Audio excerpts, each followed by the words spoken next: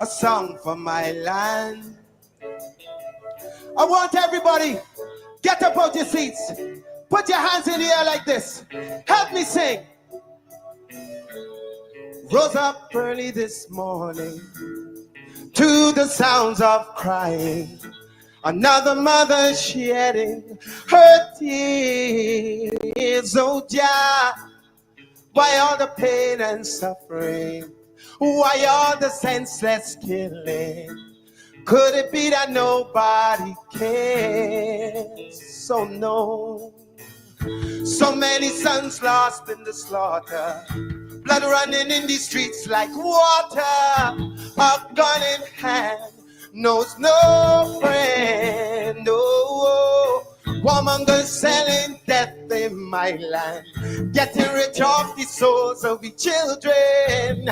Can you tell me when will it end? Sing! How many more child must carry this load?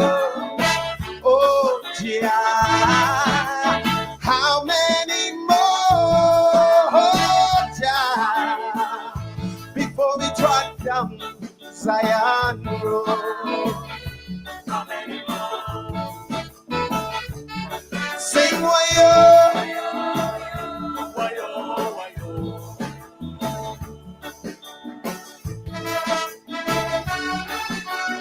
Come on, let me see those hands. Heavenly Father, won't you hear my plea? Send a helping hand for the country. In man, there's no solution. No. I'm begging for the children's future.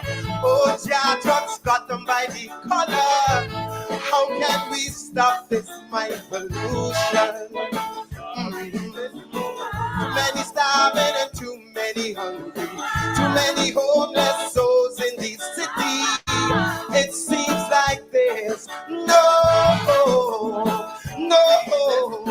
Too many big shots with too much connections. Too many loopholes in Babylon system. Oh, yeah, how can your children go? Sing! How many more child must carry this load? How many more child before we trot down Zion Road?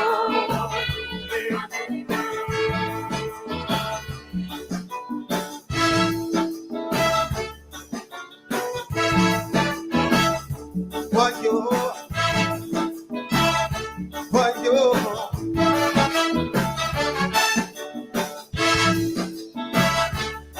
let me see those hands. Let me see the hands. If you care about our children, get up, let me see you. We can't go on each day, no. We got to find a better way. People, it's up to each of you to help our children through this cruel and torrid life, 'cause it's we who created the strife. Say, how many more times must carry this load? How many more times before we drop down Zion Road? Oh, how many more? How many more? How many more times? Hey, how many more? How many more? Oh, dear.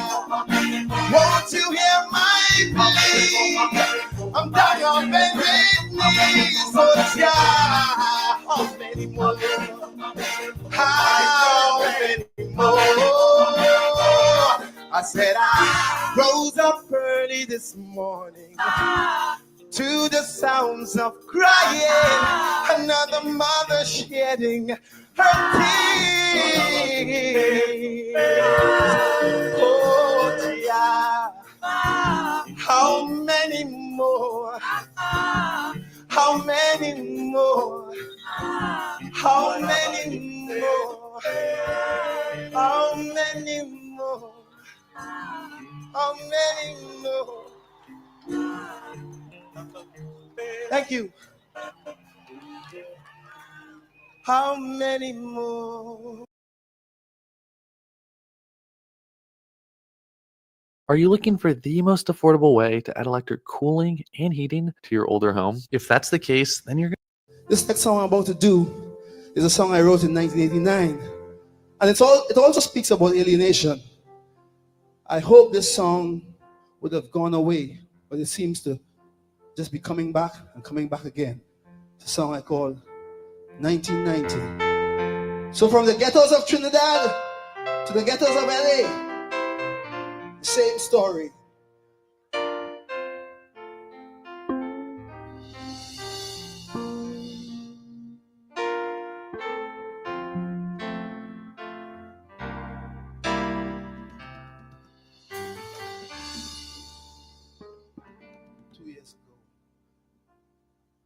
Nuclear warhead,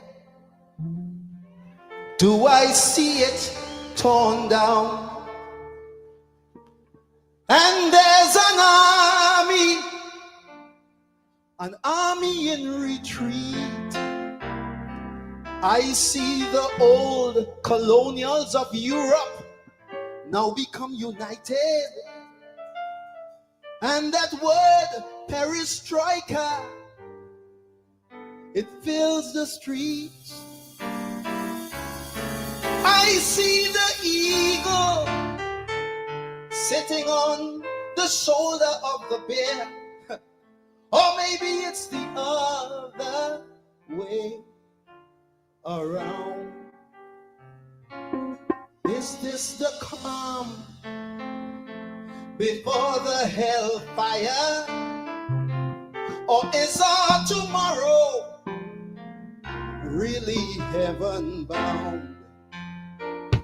But 1990, the blood still flows in Bogota, and from Beirut to Johannesburg, the river don't stop. 1990, third world children still wander in their boats, in their jungles, in their deserts, until they dry. It is strange. The more we change, the more we rearrange. Everything just seems the same as we move into the next century. 1990, please make a liar of me. Oh, oh, oh. Oh, oh, oh, yeah, yeah.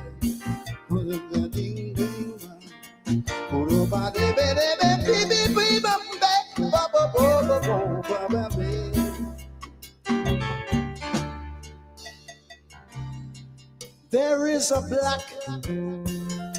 black man on the run through a lonely Beijing street. There he goes. My God, he's running again. This time through Brooklyn, Howard Beach. And there he runs again through the streets of Soweto and Bensonhurst. And I'm saying, Lord, so the story goes. And the ghostly man from the past, they call him Selma, Alabama. He just shrugs and says, deja vu, I suppose. 1990, will our children stand firm?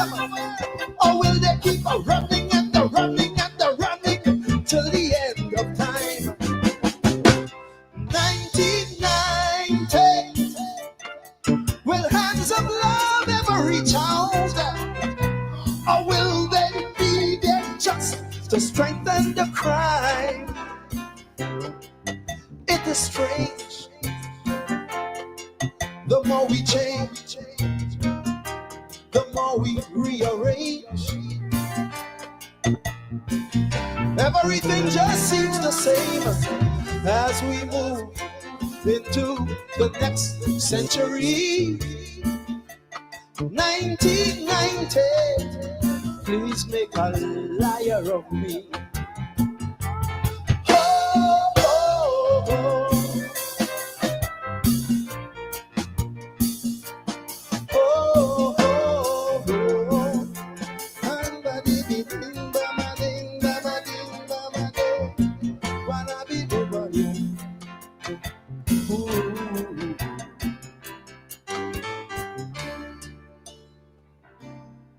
LA's burning down.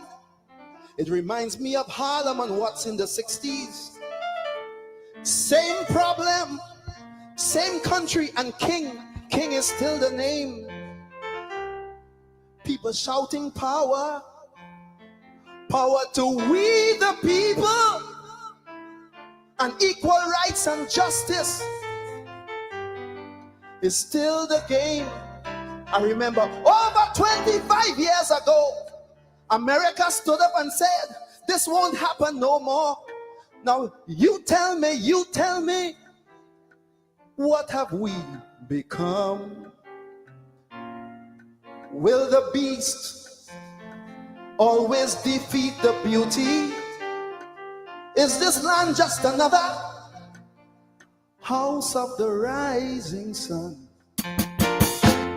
1990, will we see a tomorrow where our children will truly be free? 1990, is it joy, is it sorrow, as we move into the 21st century? I'm saying it is strange. The more we change, the more we rearrange. Everything stays the same as we move into the next century. 1990. Make a believer of me. Truly be free. House of the rising sun. 1990, will we see a tomorrow where our children will truly be free? 1990, is it joy, is it sorrow, as we move into the 21st century? I'm saying it is strange.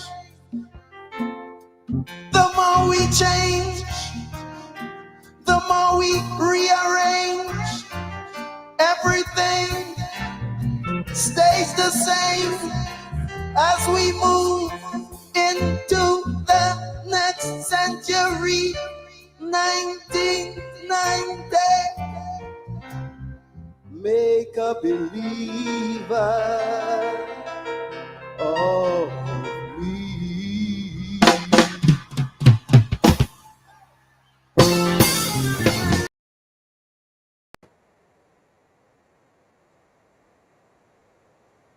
David Michael Rudder, 1990.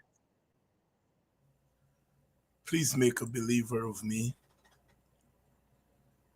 Before that, John King, how many more? How many more? How many more? How many more? Will we ever see a tomorrow where our children will truly be free? Where our children will be free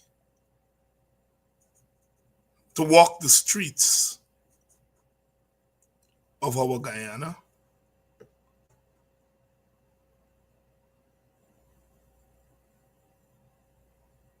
Will there be a tomorrow when the men in uniform will be our brothers?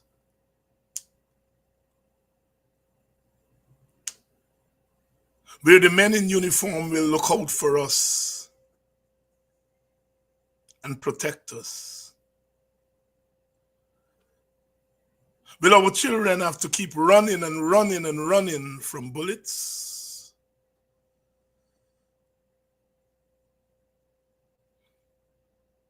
Will there be a tomorrow when we can say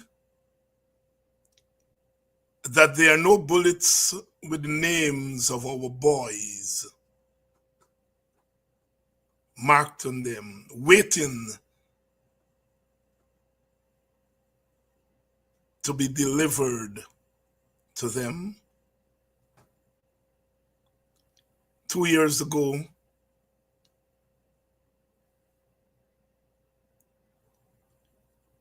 another young man shot to death in Golden Grove, and our government said, this will not happen again. Again. 2 years later, it has happened again. The more we change, rearrange, everything seems the same. Will our children be handed $100,000 small change with one hand and the bullet with the other hand? How many more?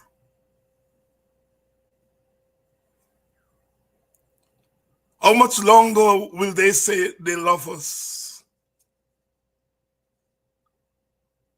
and show their love with the sound of bullets mingling with the flesh and the bones of our future, our young, beautiful boys and girls? How many more? We've been dodging bullets from the shores of Africa through the Middle Passage.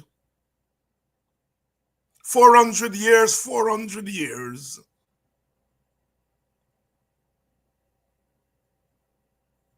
How many more? How many more? 12 years ago, I was there in Linden on that fateful day when 3 young black men were gunned down. And our government said, never again. This will not happen again. How many more? How many more? How much longer? When will this confounded nonsense stop?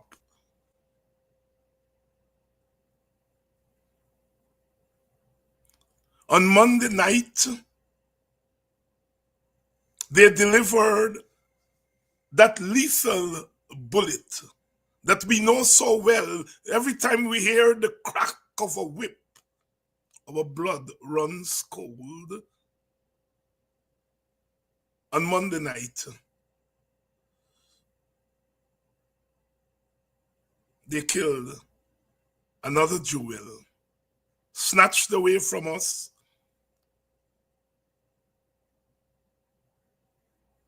by the hand of the state. Oh yes, another black brother pulled that trigger. But the intellectual author behind the fingers on that trigger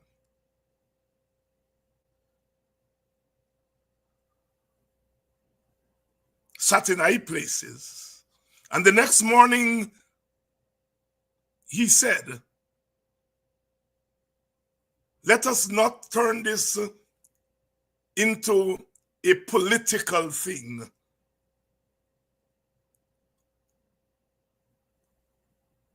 And a few hours later, another bullet rang through the air of Linden,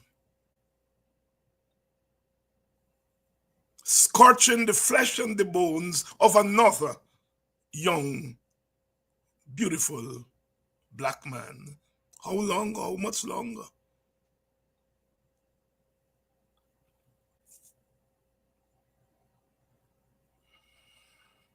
We have not lived for 200 years, but we have seen 200 multiply by 2 and 3 and 4 and 5 and 6 and 7 and 8 of our boys slaughtered. We are not anti-police. We are the policemen and women. We are. There would be no police force in Guyana without the African labor, the African courage.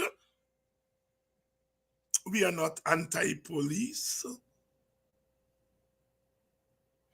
And those policemen were not born to kill. They are our beautiful boys too. But the state, under this government, has turned them into gunslingers in bright daylight. Good evening to you all and welcome to Politics 101. Another day of mourning. And somebody says to the people of Linden, be calm, be calm. These people have not lost 2 sports cars.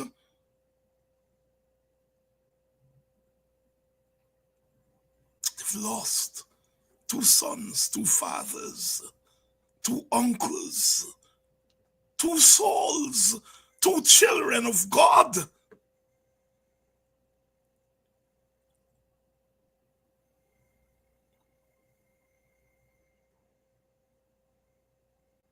I cannot in all conscience say to the people of Linden to be calm. I can't. Violence is not a natural order of things.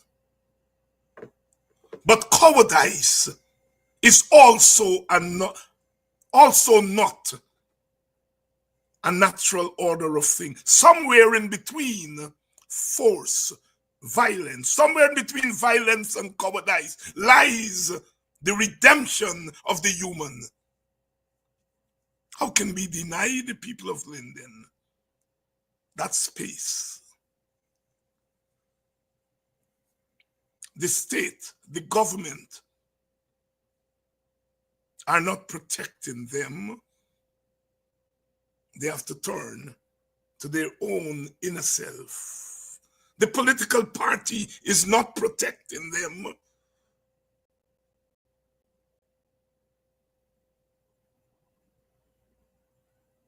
In 12 years, 2012 to 2025, that small community that has given so much to this country, given so much to us, their labor, and we repay them by killing their young men.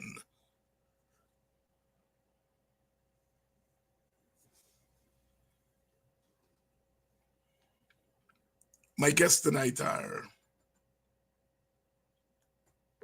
2 men who know all about what I'm talking about. In times like these, we turn to Paul Slowe.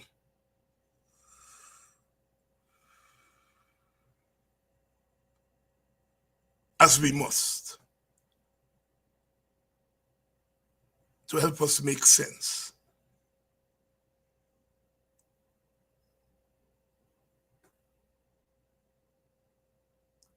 This is beyond extrajudicial killing. This is state murder. State murder.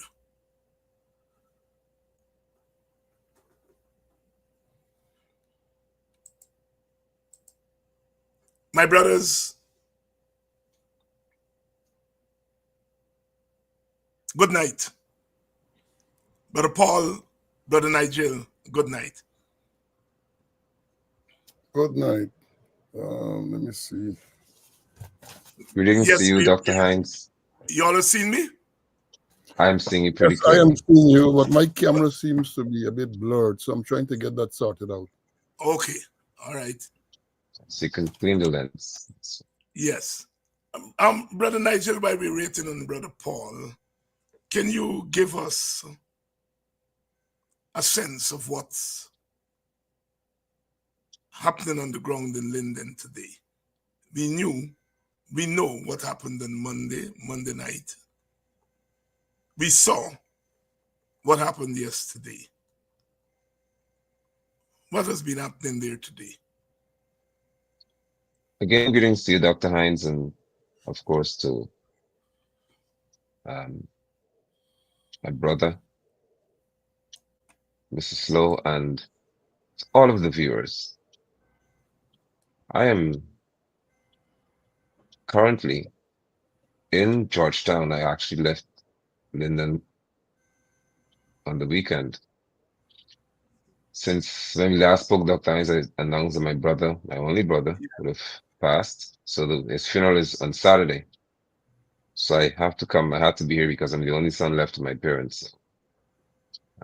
I would have been out of town, but then I got the horrifying news about Ronaldo Peters. And then within 24 hours, yet another, the young man we all call Dan, he was murdered, as far as I'm concerned, by police officers. And when I called, because I'm always in contact with those on the ground, and I was speaking to them consistently. It has been a very unusual day in that, unlike 2012, many things have appeared to return to normalcy. And that's where the danger lies.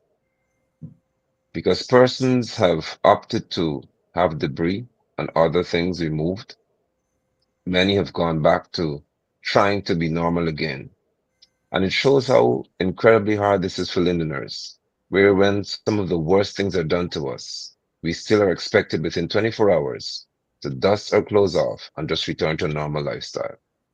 That to me is an even greater atrocity, that we're not given a minute, a day, a 3-day period, even try to meet as leaders to have a consistent dialogue with those who are responsible for this.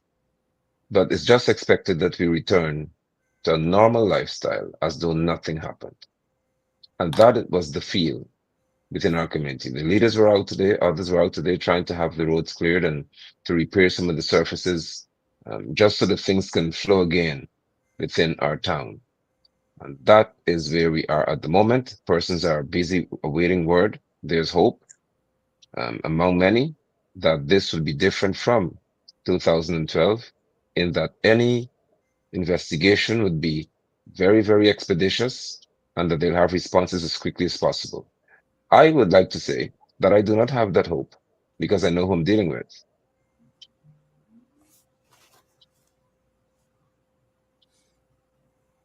Brother, those are two lives. You don't make them, you don't manufacture them in a factory. They are gifts from God. Brother Paul, let me turn to you. Here are what we are hearing. Policemen or men pulled up in a vehicle in plain clothes, ostensibly looking for a wanted man, apparently apprehended. Somewhere in between there, shot, pulled away, thrown in a vehicle, taken somewhere, he dies. Talk us through that. How do you move from being a wanted man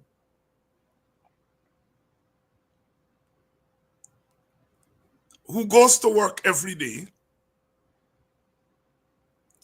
comes from work, sits with your friends, and within minutes, you're dead? Walk us through. Help us connect dots.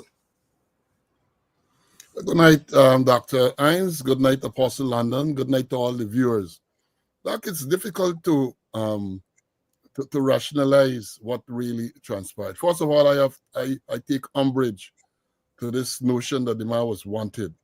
The fact that the police might want to question you in relation to the matter, you're not considered a wanted man.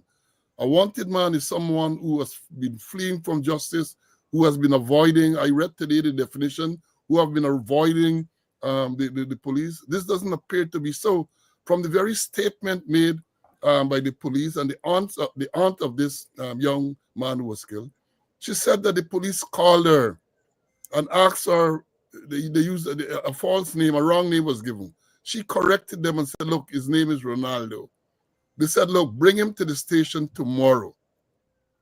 The woman said, his aunt said, she then explained to them that she had to go to work, she could not bring him. They called the next time and said, tell him to come in. Cannot be a wanted man. He's not a wanted man. They weren't out actively looking for him. From all indication, all the report, that he was working on the very day of his demise on Monday. He was working someplace. So they weren't looking. There's no bulletin for him as such. The evidence doesn't suggest that he was avoiding the police or fleeing from the police. He wasn't hiding in any place. So I spoke about that because yesterday, I think it was, or the day before, or the night before, Starbrook News carried wanted man shot dead by police. And I have to try to correct that, give the right imagery in relation to that. Now, it would appear, as I alluded to, that some report was made against him. It is clear that the police did not consider this report serious enough to go hunting for him. They invited the mother to take him to the station. She could not have, the aunt rather, that. The next thing we hear, and remember, bear in mind that this incident is alleged to have occurred since December, sometime December, January. It's not something that just occurred and therefore there was this need to, all this time, December to now.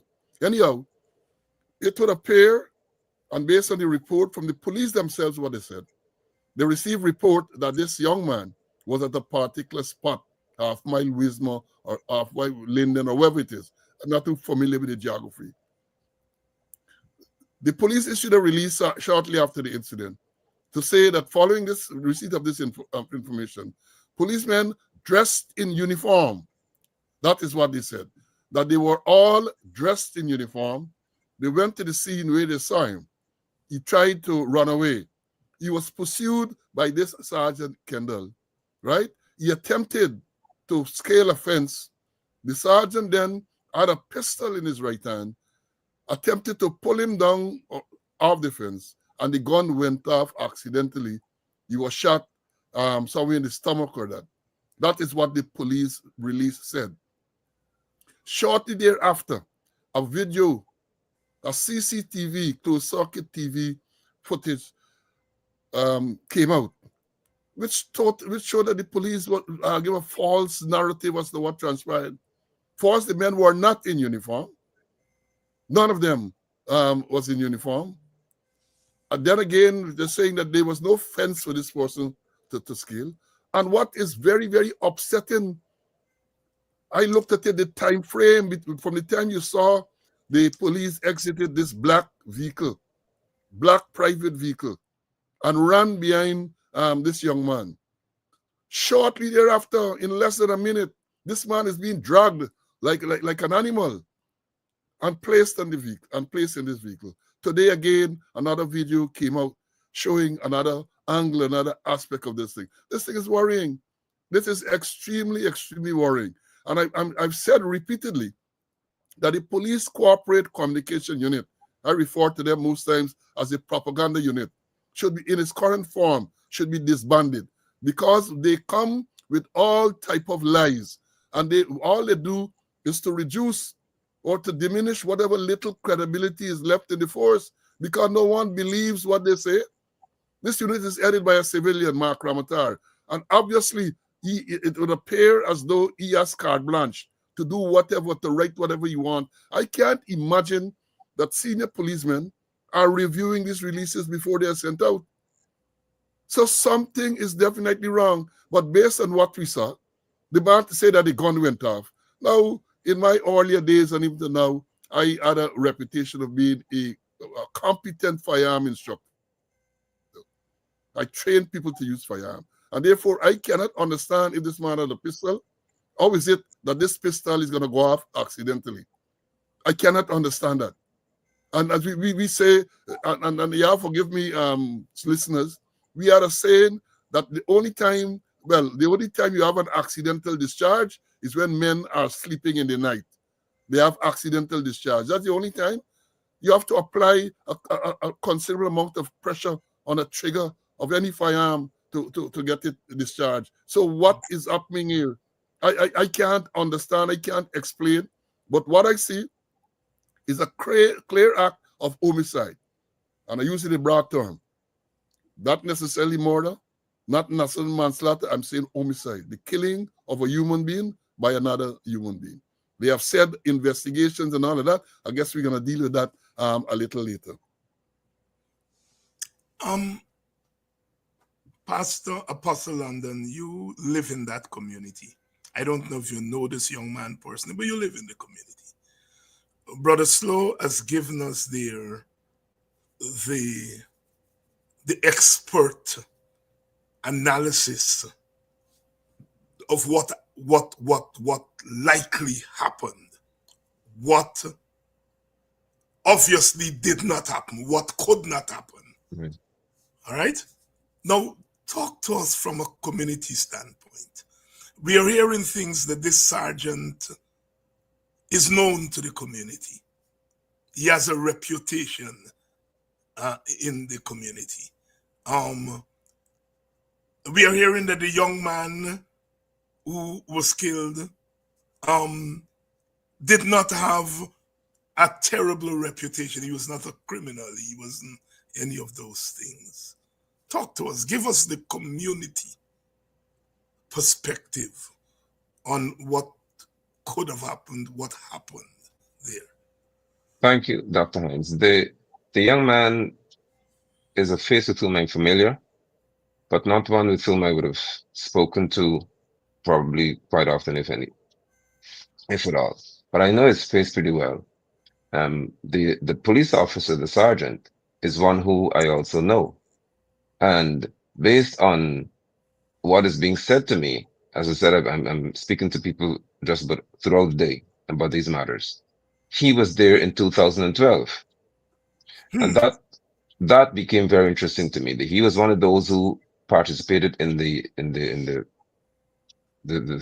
issue of the bridge and so on, the uprising as they call it, in 2012. The other police officer, I'm told, who shot and killed Dan, they said was also there in 2012. That to me is also concerning, and I'm trying to ascertain the facts regarding that. But as a community, Linden, we're not known for being very violent people. I don't know why people perceive we're just crazy people. Lindeners are known to react to things in a manner when as in this case, the police seek to make an idiot out of an entire community. I can tell you that had they come forward on that said night to say that they're very sorry from Hicken right down, we apologize. This is really something that really went out of hand. And Kendall is arrested, not close arrest. And I think that Assistant Commissioner, retired Mrs. Slowe will speak to this. I'm bothered as a Guyanese to hear about this close arrest concept where the police just throw it out there. His actions lent themselves to him being arrested and placed as an ordinary civilian. That's my viewpoint. I'm telling you how Linders feel about this matter. And we could have said, okay, well, let's see, at least he'd be remanded or put before the court and another thing would happen. None of that happened. Instead, they sought to insult us and insult our intelligence to say that this young man was running from the police, he was wanted and all the rest of it, and the gun went off accidentally. When we saw the footage, people became upset. But what was worse is when we saw the statement issued by the Guyana police force. That is what really got people upset. And I made certain phone calls and I said, this is going to cause a problem. The moment you seek, if there's CCTV footage, and then you've got this nonsense coming from the police force to try to insult Linders, we shall react. It's expected that we should react because you're making a mockery out of a situation here and trying to cover it up from the beginning.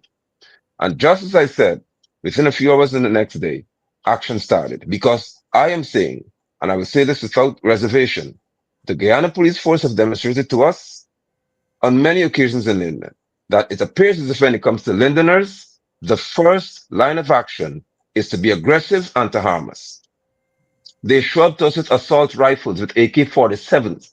Even if your hands are carrying nothing in them, the police show up to you with guns and in some cases, highly powerful ones. That's our experience in Linden. I carried many stories of young men. The police said they're wanted. That's a new talk. They're wanted. So because you're wanted, you show up with an AK-47. A young man was sitting with his friends, nothing in his hand. What did the police come with? 2 or 3 of them with AK-47s and shot the young man. Fortunately, he's still alive. But look at what we're dealing with in Linden. Roseman made a statement that police officers stop walking around Linden or wherever with assault rifles. You don't have to be so heavily armed when you go to encounter civilians. They did it yesterday again. They did it the day before yesterday. So as a community, we are on edge when it comes to police officers because they seem to be sending many of those who have every intention to harm us. And that triggered an expected response. Brother Slowe, the close arresting, as Apostle requested, I would ask you to deal with. But I want you to then take us from the night. This young man is killed. Some form of acknowledgement, whether it's close arrest or arrest, happened. If you're the police force, you're the policemen there, are you not expecting in our environment that there could be some protests and demonstration the next day? And if so, what would be the instruction that would be given to the policemen and women there on the ground? Talk to us. Let me deal with this close arrest thing first. Now, the Police Discipline Act, Chapter 17:01, speaks to a rank being placed under close arrest and by whom that person can be placed under close arrest. The offenses for which the person can be placed under close arrest are stated in the Act. They are disciplinary offenses that come under the Police Discipline Act. Insubordination, if you're intoxicated to such an extent as to be incapable of performing your duty. There are about 4. I can't remember all of them now, right? It's clear when a person can be placed under close arrest. If a rank is being investigated, as in this case for homicide, it's not close arrest. The person should be arrested. The person should be arrested. And I would not suggest that the person should be confined to a cell with other prisoners, but arrested and confined to some location. And when you're arrested, your freedom is taken away. That is what an arrest means. You're relieved of your liberty when you're arrested. But to say, and we have been speaking about this, myself and Mr. Clinton Conway, former Assistant Commissioner of Police, we have been saying it. They are misusing the term, telling people about close arrest, when there's no provision under any law for a person to be placed under, a policeman to be placed under close arrest under those circumstances. Now to go on to the police action. Again, I gave this thing a lot of thought. This incident occurred, right? It has to do with training. It has to do with the entire administration, the government has to be blamed. You can't have policemen running around with guns and they're not properly trained. If they misuse it, you are liable. The administration, the force administration, the government is liable. Can't escape blame in that case. So, all right, this incident occurred. The incident occurred Monday night. The initial action, I believe, by the commander was excellent. He came out, he interacted with people, he was reassuring them that an investigation would be done. That is Assistant Commissioner Simon. He came out there, I saw him out there, and he was speaking to the people. That is what you have to do. You have to speak to the people, which he did. But after that, as I said, you ought to have a proper meeting to plan, because you have to reasonably anticipate that people are going to come out and demonstrate the next day. And this is where police headquarters as well will get involved. You come up with some operational plan. I made the point. You have what we call KPs and VPs, key points and vulnerable points. In anticipation of some demonstration, you might want to have what we call patrols to observe what is going on. And the most important part of this whole operation overnight, you have got to instruct the police to exercise maximum restraint. Because this is a case where a man is shot and killed, a young man is shot and killed. A young man is shot and killed. Do you not expect people are going to demonstrate? And if they demonstrate, how can you then react by using more force, by using force and killing the next person? I mean, this is difficult to understand. The ranks on the ground should have been told. This should have been clear instructions. Maximum restraint. And only in extreme circumstances should you use force, and not lethal force. Not lethal force. Because if you're talking about the Public Order Act, if you're talking about the drill, as I know it, to deal with situations such like that, you have to use minimum force. Minimum force. And there's nothing that I saw there yesterday on the live that suggests that maximum force was required. Because even when the people threw bricks and bottles, that does not require maximum force, lethal force. No. That is, even when a policeman is injured, because I understand that the commissioner put up photograph in a chat group to show that this policeman was injured. In other words, trying to justify the use of lethal force cannot be justified in those circumstances. And I'm speaking from a position where, and many people will know, I used to be in charge of the TSU. In 1992, October the 5th, the day that it's called Return to Democracy, what the people is called, I am the police officer who went on the road and dealt with the people who were rioting, and nobody was killed. Because that is not the training. Minimum force. You talk about tail smoke, you talk about baton and try to arrest people. That is what should be done. And you know, this thing is appalling, you know. Because as I've said, I trained police officers in the Public Order Act, Chapter 1603. It tells you about meetings and processions, how to deal with those things. I am trained, and I train people to deal with riots and similar offenses, how you deal with them. And the act, the Criminal Law Act 801, I think it's from chapter section 307 to 314, speaks to how situations like that should be handled. They talk about warnings. No warning, I didn't see. They even go out there with a bullhorn to warn the people to disperse or anything like that. They didn't even go, so they weren't even prepared to do that. No, Bullard, and I know part of the training too, you're supposed to have a big button before you go into lethal, before you go into fire, to warn people, so in case those people can't air because of the knives, it is held upright. You say disperse or we may fire. None of that. None of that. So they went from 0 straight to whatever is the maximum speed limit without this gradual build-up that should be there. Warn the people. Look, again, I am so disturbed by what I saw, which speaks to a total lack of training, at all the levels that we saw there yesterday on the ground, at all the levels. There was this fire. I don't know, I couldn't see that where the fire was lit, that it was obstructing traffic. I can't see that lives were threatened, property was threatened. No. They come out with this nonsense release that they were destroying infrastructure.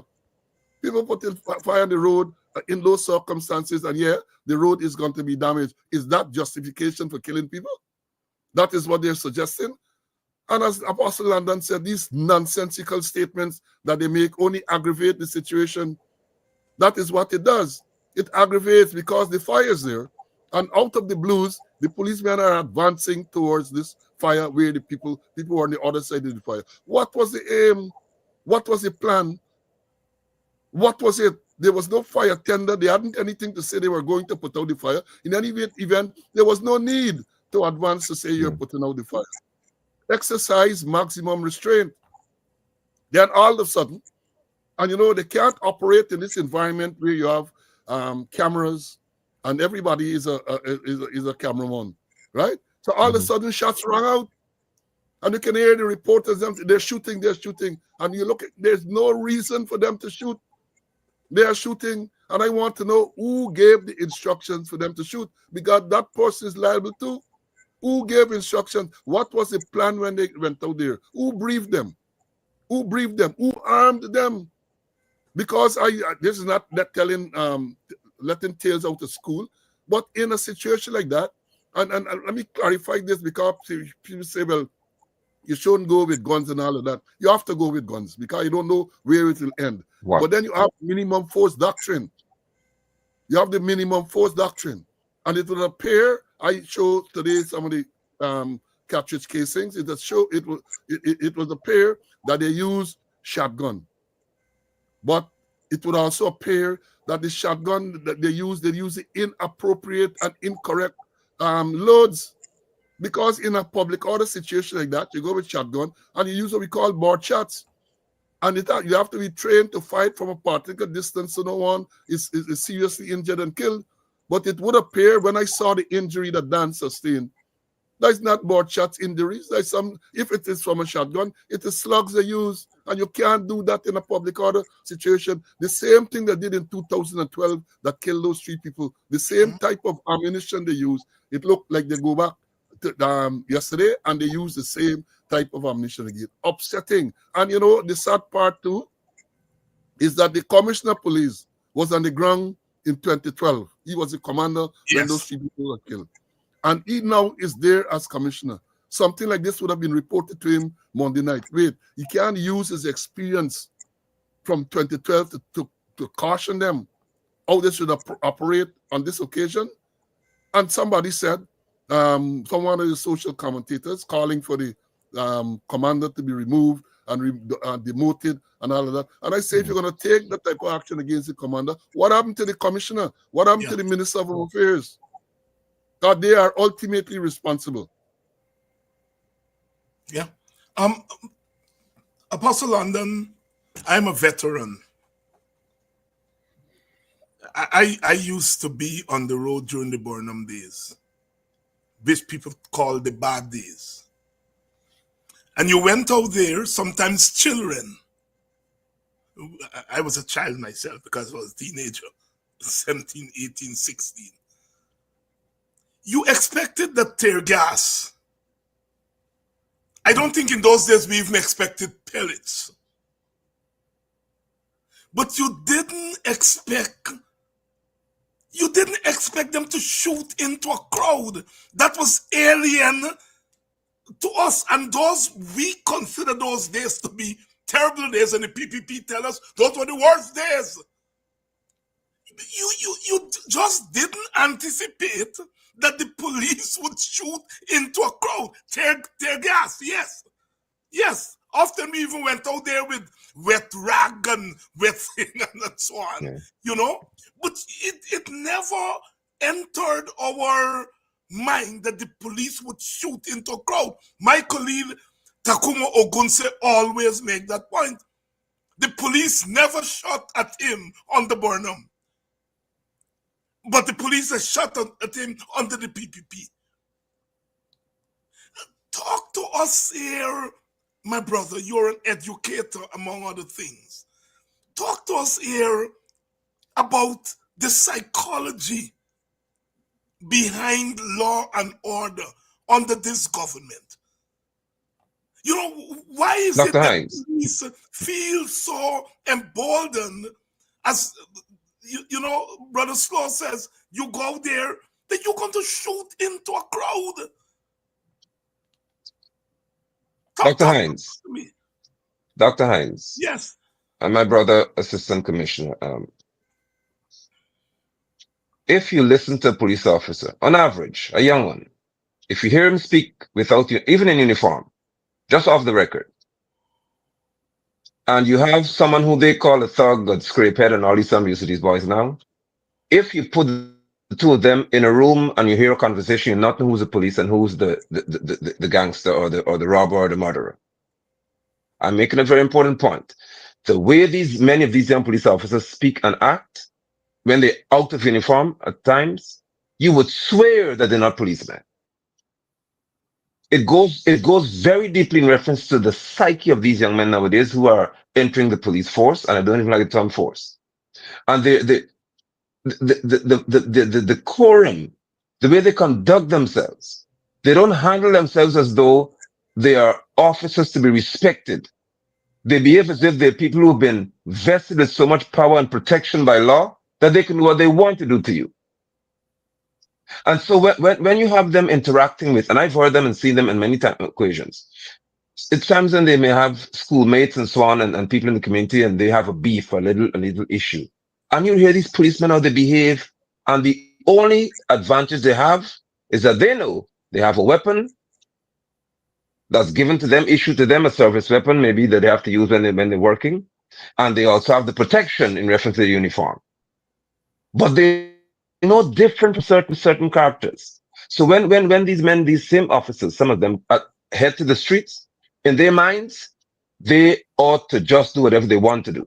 Additionally, with the likes of Clifton Hicken, and I make an apology for this, and Robeson Ben, I don't expect anything different from them. Even some other officers who call senior officers in this Guyana police force, I cannot expect anything different from these young men. Because if they're led by people who are not only incompetent, but who are, to some extent, totally uncaring about human safety, I don't expect anything different from these people. And so when the young man, when Ronaldo was shot on Monday, I would expect that given the nature of Linden and Hicken's experience, he should have been, as he would have done in other instances, he should have been on Facebook or something, or wherever it is, speaking to this matter. He should have been addressing the community. Said, we have terrible experiences in the past, Linden. Let's not return to this. We're going to deal with Mr. Kendall to the fullest extent of the law. Give us all the flowery speeches, but give assurance that you are familiar with the situation and you're going to act on it.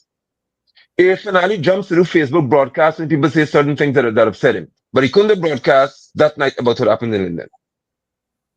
So there are many things that were transpiring and that would have been causing to brew very aggressive behaviors. But in the minds of many of these young police officers, many of them, they are no different from what people call criminals. So when they act in a criminal manner, it doesn't surprise me. Because every so often I have to remind them, Dr. Hines, when I'm driving and so on, that you don't do this. Imagine me, a civilian, having to tell a police officer, according to the law, you can't do that. They try to tell me on some occasions in other places, I can take you to the station. So I said, for what? You just can't take me anywhere. Sometimes they invite me to the station. I said, I declined the invitation. It's a birthday party we're having. But they're untrained. And they think that force works. They approached me with a surface weapon, with a revolver. And I said to them, why you have a weapon? Come talk to me. Do I appear to be armed to you? Why do you come to approach me with a weapon and the first thing you want to do is put your hand on the weapon? These are my experiences with many officers.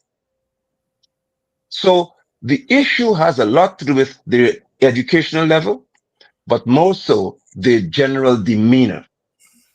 And that's why the young men in the community react to them the way they do, because they behave that way on a normal basis. Brother Paul, I have noted in the past that you say you joined the police force 1974 now. Yep, 1974, yes. 4th of March. So you would have grown up in the police force when people like myself were on the road. And we're talking here about politicization of the police force, because I think that's what we are seeing playing out here. As a policeman, when you are out there, you're dealing with a crowd. How do you balance policing and political expectations? Because the politician doesn't have to be there to tell the policeman, shoot, shoot, shoot, shoot, shoot. In the policeman's head, what I'm trying to get here is, as a young police officer, you're out there, you're a sergeant, you're a corporal, etc. So you're out there, you're dealing with a crowd in a charged political environment. You're a policeman. You have to do policing work, but you are aware of the politics of the situation. How do you work that through? Talk to us, Paul Slowe. How do you work that through, if it could be worked out at all? What do you do as a young police officer? Well, first of all, it has to, let me say this. I spent my first 19 of my 37 years at the Tactical Services Unit, the Riot Squad. Mm-hmm. So we were trained to deal with public order issues, crowd control, and situations like what occurred. We were trained to do that. So I have a lot of knowledge of what the training is. And they have not deviated. Well, they don't train now, but the principles and the policies have not changed any dramatically. So what happens? In a situation like that, you go out, and as I've said, you have protocols to follow. Mm-hmm. And you would have been briefed under no circumstance that you should go and you should shoot. If it comes to any shooting or any use of force, it has to be directed by the person in charge. Mm-hmm. And in many cases, you have to report what is going on. All that is extremely violent, because you have communication with headquarters and all of that. Mm-hmm. And you're briefing them as to whether the situation is deteriorating, whether you need support, and all of that, right? Because as I've said today, there's a doctrine of minimum force. And it tells you that the minimum force can be the maximum show of personnel. So like in the situation yesterday, maybe you want to saturate the people with patrols and so on, to take control of the ground, so to speak, especially like the bridge. You have to take control because it's a vulnerable point. And right. Therefore, you have to anticipate that based on previous experiences, people might go to block the bridge. You can't wait until people block and then put fire, and then you're going to use shoot at people and all of that. So we were taught that you have to be, it's a control arrangement. Nobody can go out there Wild West and shooting. There are specific type of ammunition and so on you use so that you don't kill people. When it comes to shooting, if it became necessary, the training, you train how that should be done as well. Is there no indiscriminate shooting? And what I ordered yesterday, gunfire flying like Wild West, like if they're there in Baghdad or some one of these war areas. That is not the training as I know it. That is not the training. And as you said, the political environment, I don't think that you will realize, for example, yesterday, you have to be aware, because I saw yesterday in the ground a superintendent, a senior officer, and another officer. Now, to get to those ranks long ago, you have to be well aware of what is going on, mm-hmm. well aware of your environment. Mm-hmm. And you would have been aware that if certain actions are taken, it can cause the matter to escalate. Mm-hmm. And therefore, people throwing bottles and so on at you, then you might want to retreat, because as I've said, lives weren't threatened, property wasn't threatened. And therefore, all of those things are consideration. But you can't just go out. And let me say this, because I experienced that. When you go on the ground, as a man, as the incident commander, as this superintendent was yesterday, nobody can give you instructions on the ground as to what to do.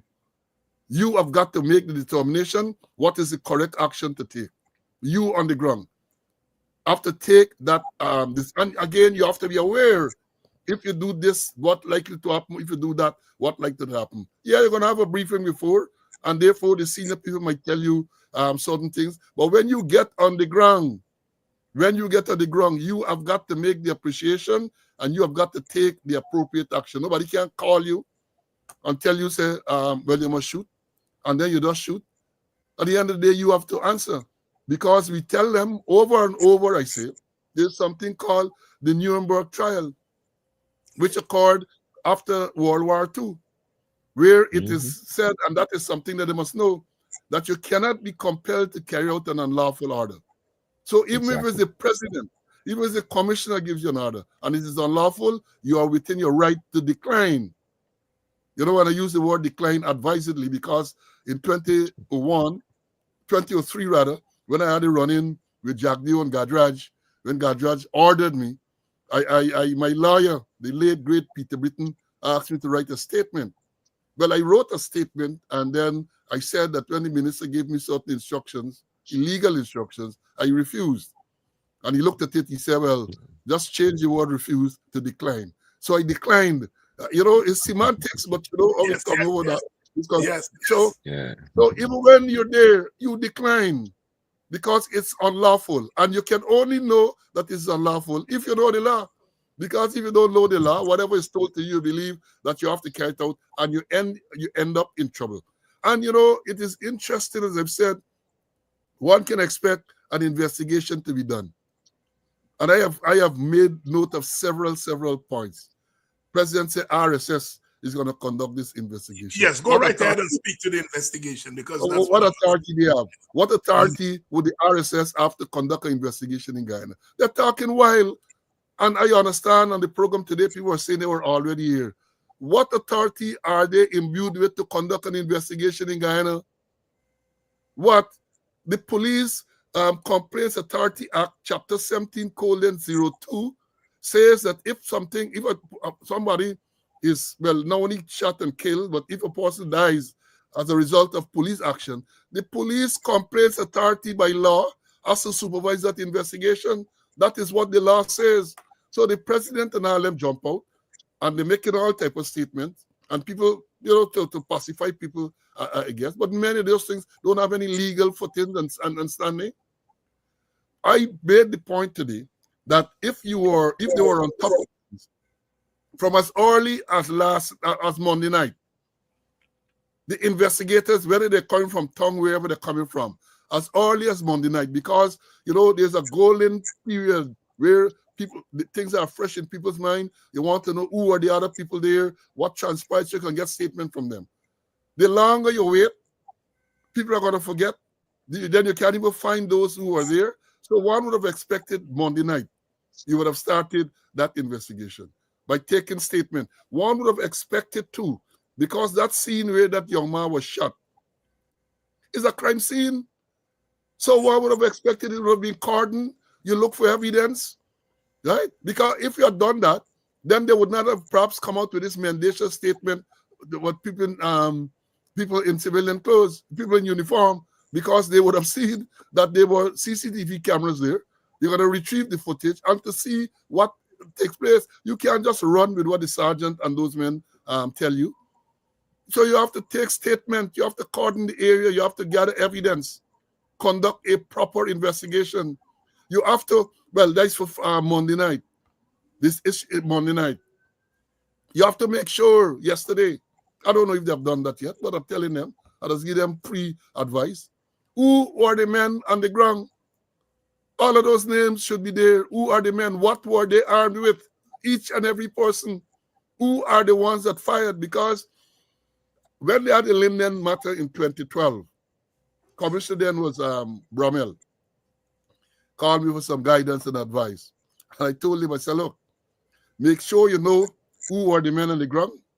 Make sure you know how they were armed, how much, what rifle, what pistol, what revolver, how many rounds they were armed with. Because I told him something which proved to be true. I said, because let's understand, and this is some experience. Those men go out there, policemen go out on duty. Let's say they go out with 10 rounds.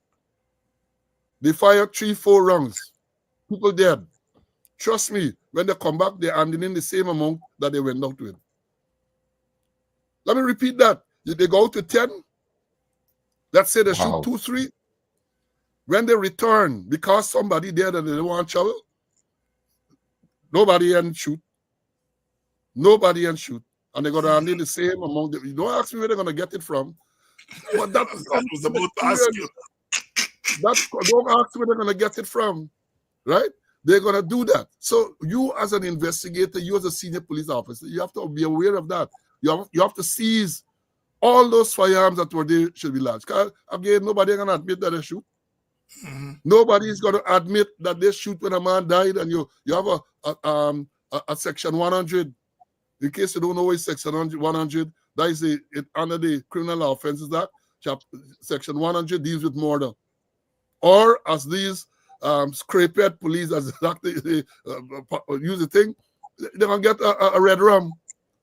And they're going to, this is the tag, they're going to get a red rum. And when they talk about red rum spelled backward is murder. Right? So they're going to get a red rum. Right? So these are things that the commanders and these people have to be aware of. They got to be aware of.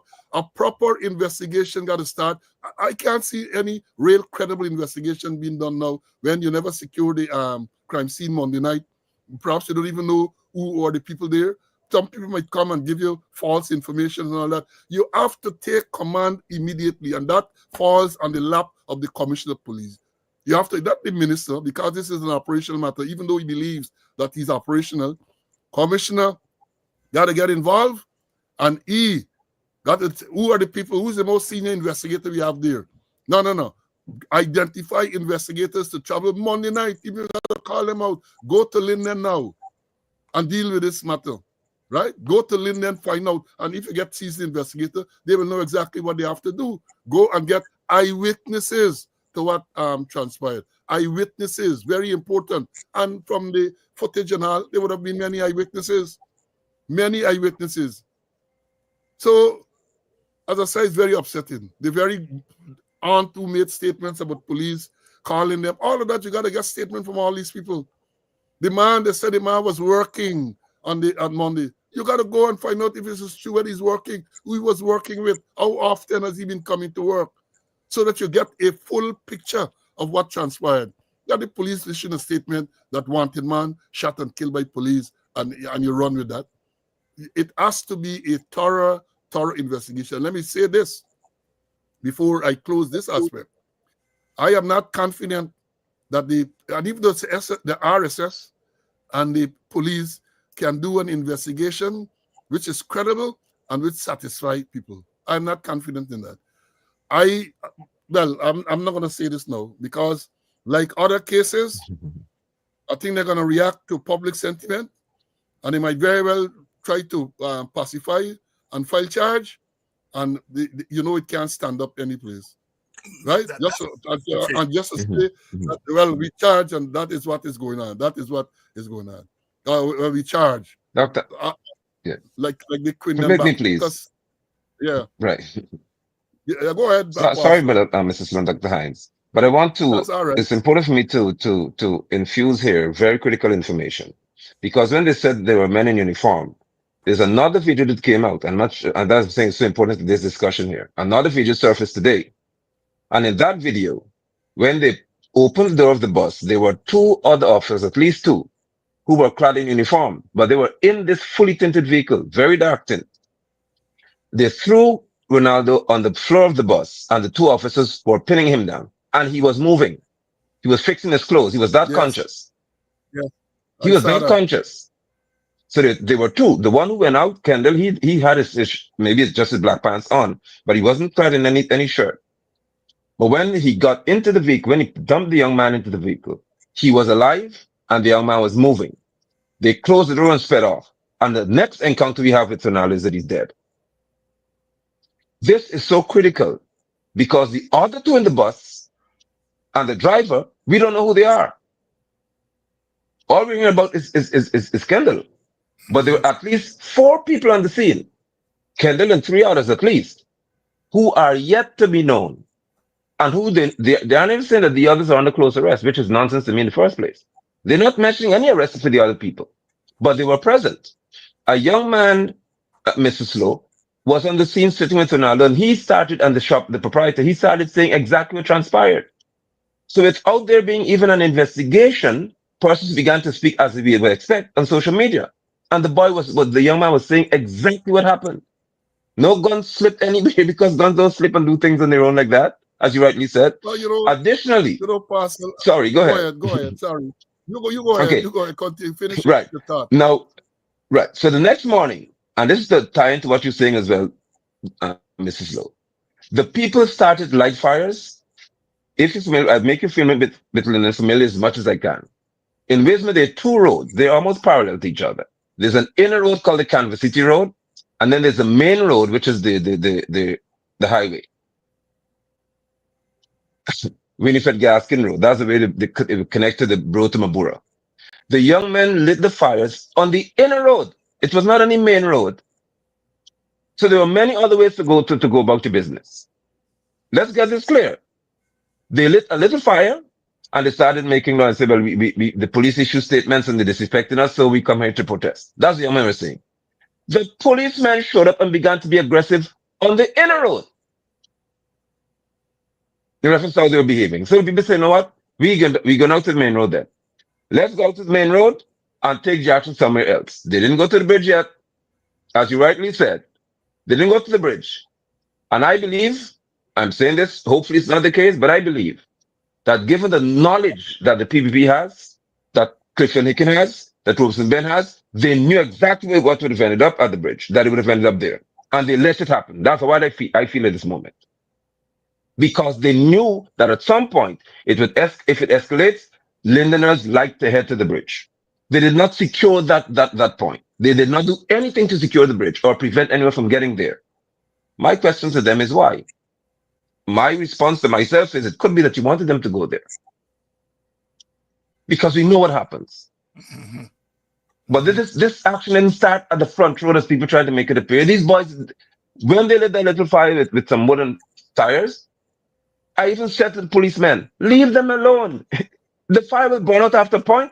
The men would express themselves. You go and engage them and talk to them in the best of manner. Because there wasn't any crowd there. That was early in the morning. They refused to listen to basic advice. Basic, just leave them. They're upset. We know they're mad. Their friend got killed. He was murdered or whatever term you want to use. He was killed by a police officer in a most unjustifiable way. Leave them. They didn't do that. So somebody was egging these policemen on to do more than they were doing.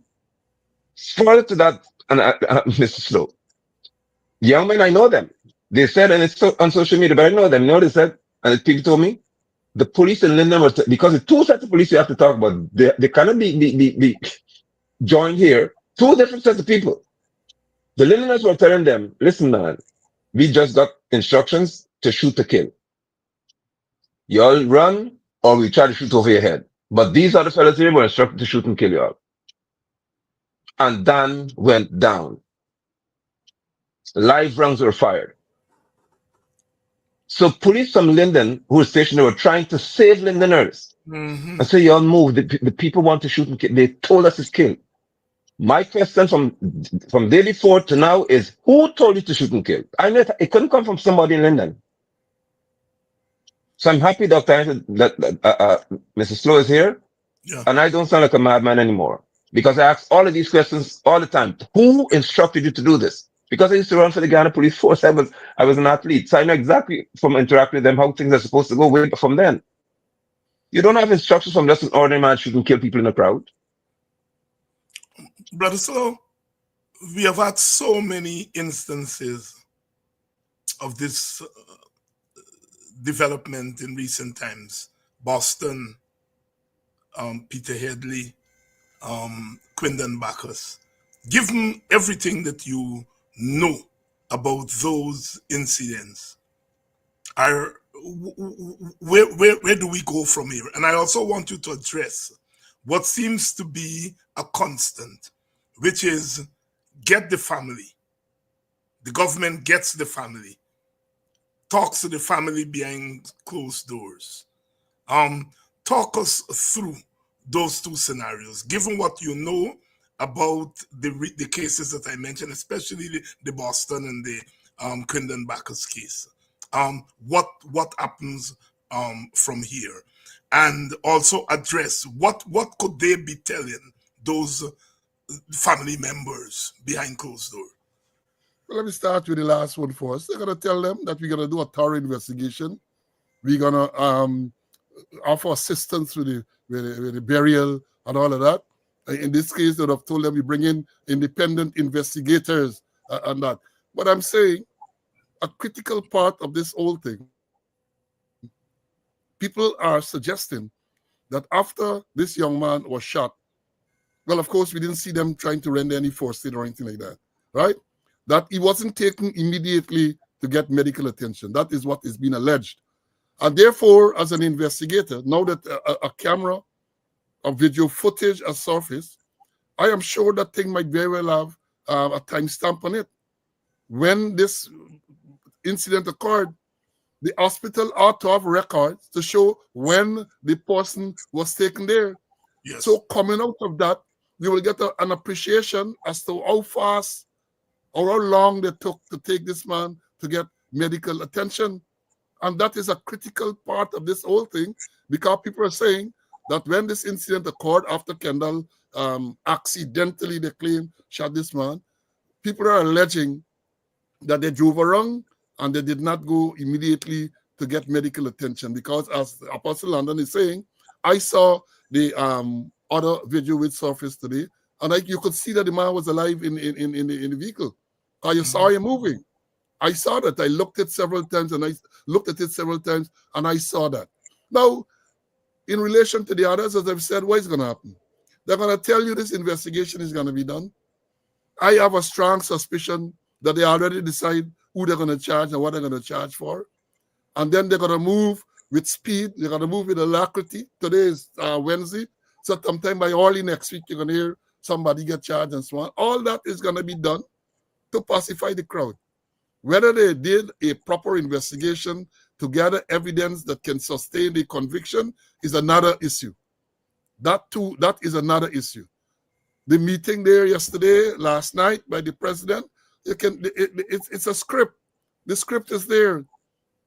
They have a script. You're going to come, you're going to sympathize, you offer condolences, and you're going to tell them we will leave no stone unturned. We're going to get to the bottom of this. And all those who are culpable will be held accountable. All that. We call it in the country salawala. Just salawala. Right? That is what we refer to it as in the country. But unless and until the basic issues in terms of training and all of these things are addressed, you're going to come back to the same place. Because again, I say, the people on the ground might have pulled the trigger, but what training, in other parts of this world, other parts of the world, an investigation would have gone into all of that, not only what occurred at Linden, identify the people responsible, what type of training they went through, how long they were in training, were they trained to use these proper firearms.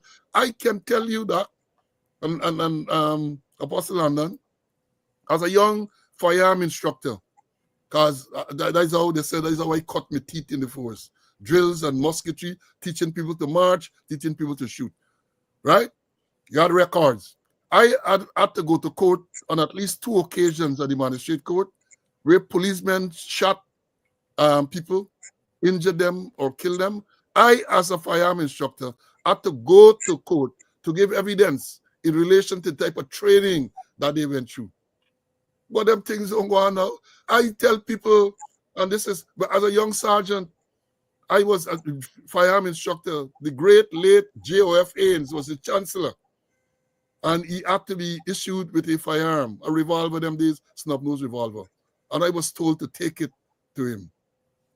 When I took it to the same appeal court building there, I sat him down and I had to lecture to him about the use of the firearm, the J.O.F. Ains, when it should be fired and all of that. I had to take him through the paces. When I'm finished, he asked me, he said, "Are policemen taught all of this?" I said, "Yes, sir. This is a standard training." He said, "Well, from now on, I'm going to look at these matters differently because the training is comprehensive." I don't know the policemen, and not only policemen, people carrying firearms, walking around this place, assault rifles, shotgun, revolver, pistol. That many of them, I would say about 90% or more of them, don't have the proper training. They don't. There are rules as to when you may fire, which I learned since then. You and I telling people like Robeson and Nikin and all of these people, who is the operation man? Go around the place randomly, see a policeman with a firearm, call him, ask him when you are. We call it when you may fire. Let him tell you when he is allowed to shoot. It's trouble. And if you don't know that, how you're taking firearm, and Mr. Conway made the point this morning on my program that back in the day, and it is so true, when you went to uplift a firearm, very rare, a revolver, the person in charge, right, would read the fire orders we call to you. Read. You have to have it written in your pocket memorandum book, the fire order. And then when you leave to go on duty, they would make an entry in the station. That fire order, standing order, so was read and explained to this constable, and he said that he understood. All of those things have gone through the window, and that is why you find people running out there and shooting when it is not justified. Ask the same Sergeant Kendall, a sergeant of police, to tell you what the fire order say as to when you should shoot. How is it that a sergeant tell you that a gun went off accidentally and all that type of crap? You know, it's very disheartening. And as I've said, a proper investigation would not only end with what transpired at Linden Monday night and yesterday, but it will go further to see the system which allowed something to happen. The system. What type of training these people go through? What type of, first of all, look at the mentality and all of that of these people. Because we are hearing that this sergeant misconducted himself and then he sent back, he was removed. You see, all of these things you want to find out. Why was he removed? Why is he sent back? Why is it that he died in civilian man boss to say he going behind this man? All of that. Why is he in civilian clothes going to say he running behind this person? And then to tell us this nonsense, but the gun went off accidentally. Rubbish. Pastor Apostle London, we are running short on time. Your closing thoughts, and then Mr. Paul Slowe, your closing thoughts as we close off this chapter. Again, thank you, Dr. Hines. Thank you so much. And I must say thanks to my brother, Mr. Slowe, for, again, allowing the public to see that I am not entirely insane, because I've been saying so many things that were echoed tonight or presented to us. And more so to have Mr. Slowe present the law very clearly is certainly refreshing to me. I would say, again, that I am quite concerned about the fact that Irfan Ali and anybody else could just go to Linden to say, well, you know, just stop doing this and make some very significant promises to people, the family members, that is. They're going to put the bill for the funeral, they'll take care of people's children and all the rest of it, and making secret phone calls to family members. I'm aware of all this happening. And from the top right down, they're calling and they're saying, well, you know, just ease up, because they don't want any issue. And more than that, I would like to say that what matters to the PPP is that their supporters would have, most of them have to go through Linden in reference to those who do trucking. So they just want the bridge to be open, the roads to be open, so business can return to normalcy. That's all. They don't care about anybody. I know what they do. As long as they block the access to the bridge, then it becomes a problem. They would shoot you to hell and back. If the bridge is blocked, they'll take your business then. But as long as the bridge is not blocked, the police could do anything they want to off the roadside. So we know that there's a danger here in reference to our well-being in Linden, because it has become business for the PPP, not taking care of us. Additionally, when it comes to this investigation that Ali is speaking about, or anybody else, I would like to first of all see Clifton Hicken be fired because he wouldn't resign. Since he had experience before and he was very knowledgeable of what's happening in Linden, he has to go. Robeson Ben does not deserve to be anything close to Commissioner Home Affairs Minister. So we need to see action taken, not just with Kendall and the others who are with him, or with the other man who shot Dan, because Dan would not be forgotten. They're people who have to be removed and they have to be held accountable. And Lindeners, I would like to say finally, we should not have removed ourselves from the streets. We can de-escalate our actions, but not remove a person. We should be present because I don't trust anything called investigation in this matter. The laws in Guyana that dictate, as you heard rightly from Mrs. Slowe, what should happen. They weren't followed. So we should not just recuse ourselves to our homes and go back to normalcy and say, well, they shot and killed two of us. No. We should remain protesting until answers are given to us. And answers that, of course, Mrs. Slowe could have been a resource person for us in Linden, and we have regional chairman and others. Mrs. Slowe, I know I hope he would not object to that. So when they try and tell us something, we have Mrs. Slowe on the ground saying, okay, then, no, this doesn't work like that. It doesn't work like that. We don't accept that. So he becomes our resource person and he represents our interests. That's what we need. We just kind of back away because Ali said to go or people said stop and we just leave the situation alone. They're two young men, not one, two, within 24 hours. The others were also injured. Mm-hmm. We should not let this just go by and say, well, let them use the road. It's normal. It's not normal until justice is served. It's not normal until we understand that the correct course of action is taken and we shall not be treated as though we're just wild animals. That's my viewpoint and it remains my conviction because the system has failed us. And the system has people and players in it who should not be there any longer. Hicken is number one. Thank you so much, Dr. Hine. Always a pleasure. Mr. Paul Slowe, your closing thoughts? I thank you for this opportunity, Doc. What I want to say is that I would be interested to know the scope of the investigation. This is not the ordinary, should not be an ordinary investigation, really, as I've said before, where they go and they investigate the shooting Monday night and again what took place yesterday. It has to be, the scope has to be much wider than that.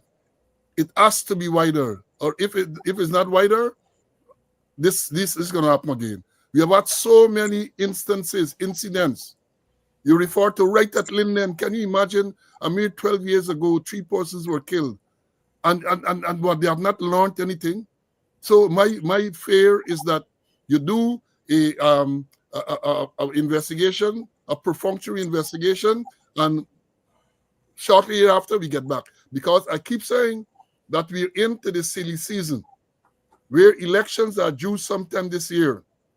They're going to be meetings, they're likely to be processions, and if the policemen are not properly trained, and if they are taking orders, I'm not saying that is what happened on this occasion, but if they're taking orders from politicians, which we know that they do, and they're only shooting in certain areas, things are likely to get nasty. And I've been warning them now for weeks, I've been warning. I said, when you looked at what transpired in Berbice, with people assaulting the people who are turned out there to Ashuddin Mohammed, and what happens? A woman makes a report, a people supporter makes a report to the police, and promptly the policeman and arrested the man against whom the report was made. And then discovered after that the woman is the person who assaulted the man, this Jafar Ali woman, Indira Jafar Ali, and then they release. What I'm saying, it requires proper leadership, it requires proper training. Because if a report is made, one would have thought that you're going to make at least some preliminary investigation before you say you're arresting people. And I am worried that things are going to deteriorate even further than this. Because you have policemen who are not trained and who are taking orders from people who want to see a particular outcome. And that is a dangerous thing. I hope I'm wrong. I hope I am wrong, but that is a gut feeling I get based on my experience, based on what I'm seeing going on. It is worrying. And I want to end by offering my condolences to the relatives and friends and family and all Lindeners.